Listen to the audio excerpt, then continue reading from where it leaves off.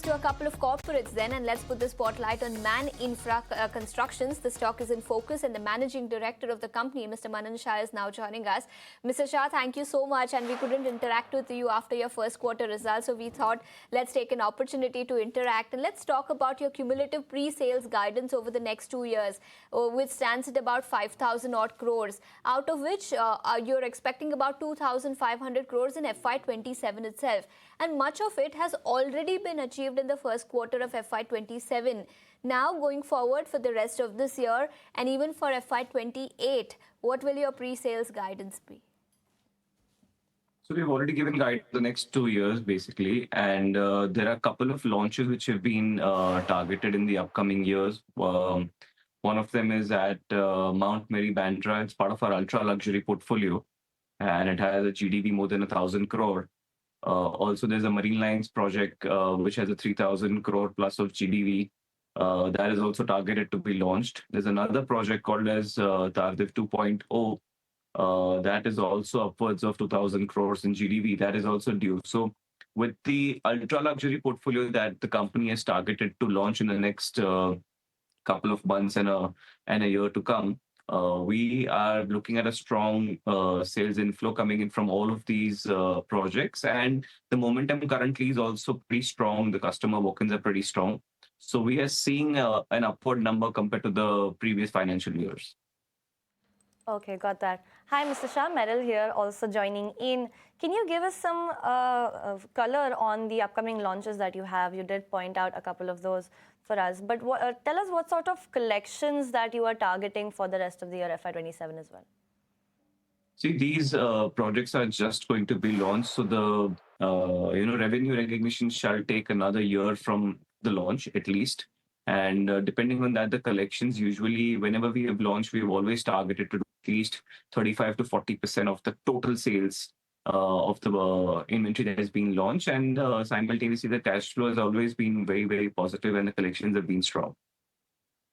That was exactly my next question on cash flows, because a couple of projects in Ghatkopar and Dahisar are now nearing completion, which means the street is expecting higher cash flows for the company as a whole.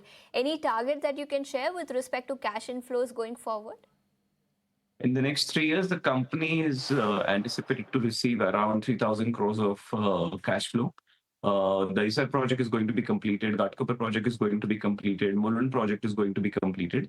These are a few of the projects which will boost a significant income in terms of cash flow for the company. Okay, so you're saying 3,000 crores of cash flow over the next 3 years. Am I getting it right? That is correct. Okay, and any other new project launches that are lined up? So apart from Marine Lines, Tardiv, and Bandra, Mount Mary, we are on the verge and discussions with a couple of more societies on the final verge of negotiations, and paperwork is going on. Once we have those things in place, we shall be announcing those as well. Okay, got that, Mr. Shah. I also want to touch upon EPC as a segment, and especially the order book on EPC that's at 350 crores as I'm seeing. And you've also gotten a large EPC order that is close to finalization. Can you give us an outlook on EPC as a segment for your company for the rest of the year? See, EPC, we are mainly focused, the order book that you see is mainly from our port sector, and also a couple of in-house residential projects work order is there. Regarding the future pipeline of EPC, like I said, there are many projects which we are going to be launching as part of our real estate portfolio, and the contracting shall either be executed by that SPV, and the EPC margin which the contractors usually take would be in the form of saving in that project, or where there are JV partners, they usually take a contract in Mann Infra's parent company.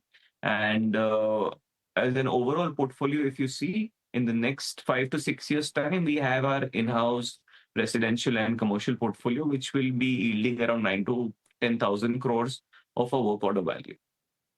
Okay, and while we are talking about new launches, and you did talk about a couple of them, also wanted to get a sense of the kind of demand environment that is prevailing at this point in time, so that we can assess the pricing power that you will have. What is the demand environment looking like, especially because you have new launches?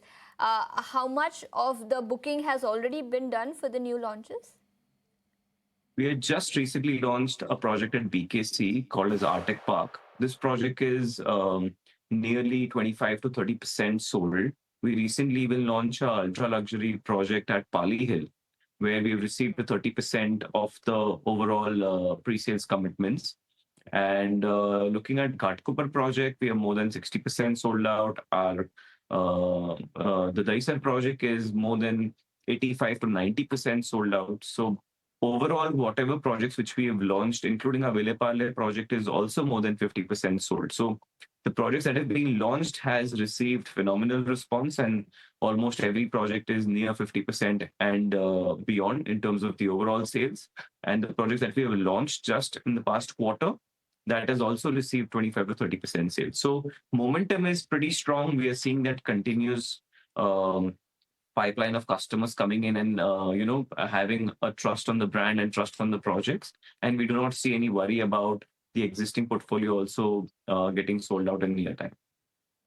Got that, Mr. Shah. So I'm seeing you've got a bunch of luxury premium launches that are due coming in. You're seeing strong demand as well. Can you give us a sense of the kind of bottom line you're envisioning for FY27? And you have previously mentioned that you're looking to achieve a 25% growth in PAT on the PAT level. Can you tell us if there's any further headroom for growth that you're seeing over here? See, if the market goes fine, 25% is what we are very, very sure about on the PAT growth level. And if things are moving constantly, if the war situation settles down, we see our customers trust, a lot of times people are slightly becoming hesitant as in when the war situation escalates and sometimes it goes down. But we are very confident on our 25%. And I would like to stick to that number at the moment. Okay, so that's as far as the guidance is concerned. Mr. Shah, thank you so much for taking your time out and joining us here on ET Now, and we look forward to interacting with you more often. Thank you for joining us today. Thank you. And with that, we need to slip into a very short break, but one more management coming up for you on the other side. Stay tuned.